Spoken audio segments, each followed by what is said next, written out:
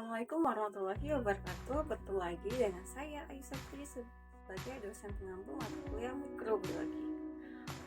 Jadi di sini kita akan belajar mengenai mata kuliah mikrobiologi dengan materi yaitu bakteri gram positif dan negatif.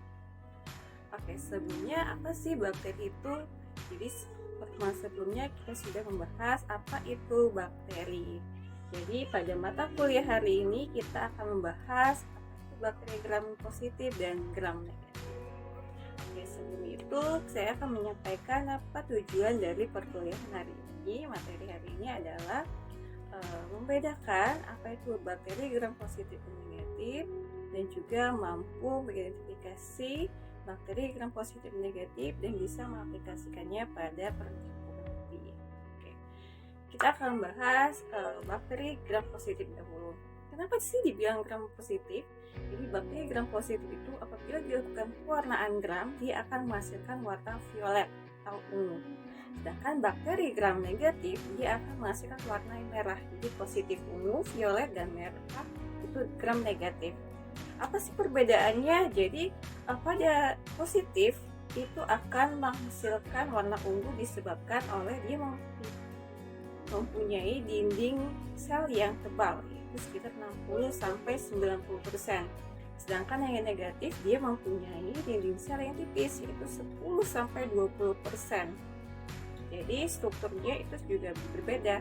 Jadi kalau untuk bakteri, dinding selnya terdiri dari peptidoglikan. Jadi ini ciri-cirinya ya. Jadi untuk contohnya apa sih? Kalau contoh dari bakteri positif itu misalnya Staphylococcus aureus. Sedangkan kalau negatif contohnya adalah Escherichia coli. Jadi untuk bakteri ini semuanya bisa kita temukan di dalam tubuh kita.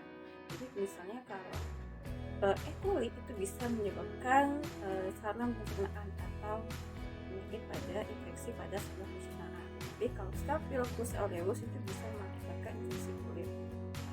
Jadi untuk bakteri ini bisa ada yang patogen dan tidak ada yang patogen, tergantung dari jumlahnya.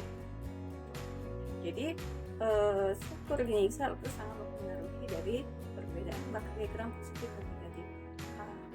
Ada nggak sih bakteri yang tidak termasuk dalam bakteri negatif dan positif? Ada bakteri yang tidak bisa kita klasifikasikan ke dalam bakteri gram positif atau negatif, yaitu Mycoplasma. Jadi Mycoplasma ini bakteri yang kadang dia positif, kadang dia negatif. Itu adalah bakteri tidak bisa kita temukan. Jadi kesimpulannya, perbedaan dari bakteri gram positif dan negatif itu dia tidak dinding selnya tebal, positif, sedangkan yang negatif dinding selnya tipis. Kemudian peptidoglikannya dia juga berbeda kandungannya, kemudian pewarnaan gramnya juga beda, dan dia tidak punya membran sel luarnya kalau yang positif. Kalau yang negatif dia punya membran sel luar. Oke, jadi begitu ya perbedaannya. Jadi bisa dipahami. Jadi untuk pertemuan selanjutnya itu akan membahas tentang pertumbuhan dan reproduksi dari bakteri.